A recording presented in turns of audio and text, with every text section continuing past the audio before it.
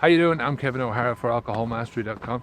Today I wanted to talk about the cost of drinking alcohol versus the cost of change.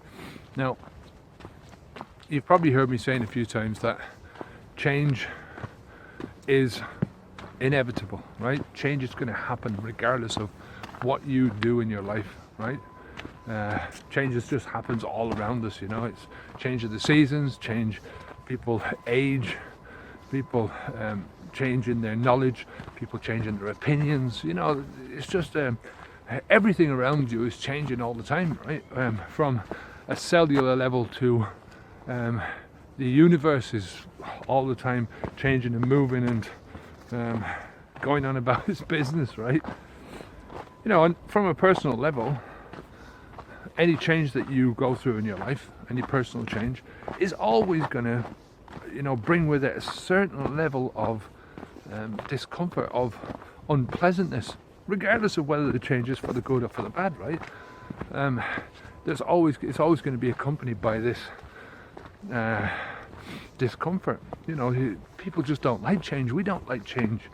You know, we don't like forced change, even though, you know, get up in the morning and thinking, geez, you know, I'm getting a bit more achier every time I get up. And it's something that I don't like, is not pleasant, but no, it's a fact of life. This is what fucking happens. And you have to embrace it. You have to look at it and go, well, you know, I'm still up, I'm still breathing, I'm still moving, I'm still capable of doing things, I'm still capable of talking and making videos, I'm still capable of kissing my wife, you know, I'm still capable of hugging my children, I'm still capable of eating a good food, you know.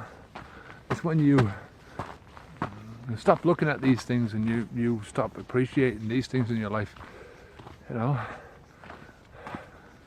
that's when you think you're in problems. It's when we try to hold on to what we are as a static thing, right?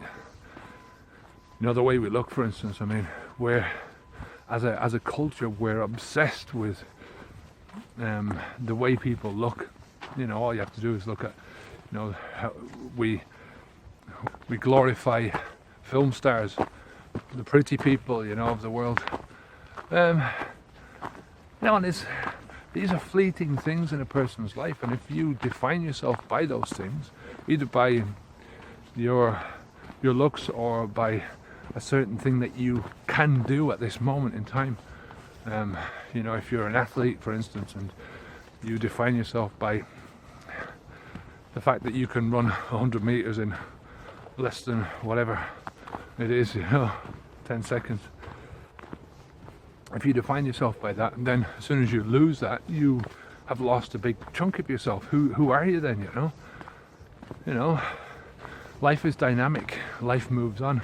Looks, how you look is irrelevant to anything, you know.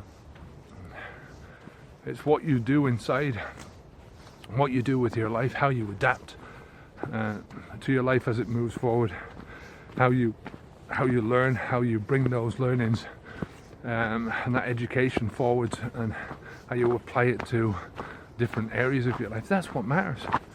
You know, if you define yourself as the person that you look like, or the person that you see in the mirror, or the person that can do a specific thing, then your life becomes a grotesquerie as you move forward. You know, because, you know, if you define yourself by your looks for 20 years, say, right, and I've seen this, where a person will sort of look in the mirror and they'll see a wrinkle and, you know, try to get rid of the wrinkle, and they'll go in for plastic surgery, and, you know, they'll do all this stuff to try and maintain a look which is impossible to maintain. You know, it's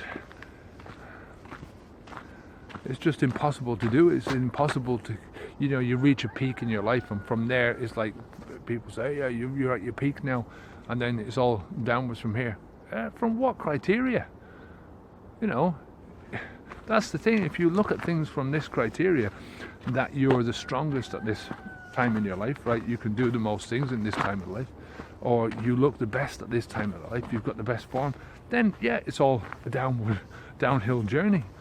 But if you look at it from a dynamic point of view, that your life is dynamic, your life is ever growing and ever changing, ever improving, right? Then you move into the next phase of your life, and it is a next phase. It's not a downward phase. You might lose your physical ability, so you can't run as fast as you used to be able to do. You can't get up out of the chair as fast as you used to do. But maybe you can think better, maybe you know more. Maybe you can make decisions quicker. You can make choices faster because you can narrow down the choices a lot quicker, There's so many benefits to moving on in life. It all depends on the perspective that you use for this. If you look at it through a lens of looks and specific skills that are going to flee, are dependent on you having a good, a robust body in order to perform these skills, and that's how you define yourself, then sadly, who do you become then? What do you become? Fucking madness. No, I think that's the only way to look at this, is that change is a normal part of life, and that taking that change is normal. It's going to happen regardless of whether you like it or not, right? You have to get accustomed to pushing your life in as much of a self-directed way as you can, right? Push that change in as much of a self-directed focus as possible, right? Once you understand that about yourself, that much of the stuff that happens in your life is under your control, I think you'll have a much better and more fulfilling life, right? So listen, until next time, I'm Kevin O'Hara for alcoholmastery.com. Take care of yourself, keep the alcohol out of your mouth, onwards and upwards. Take care, good luck to you.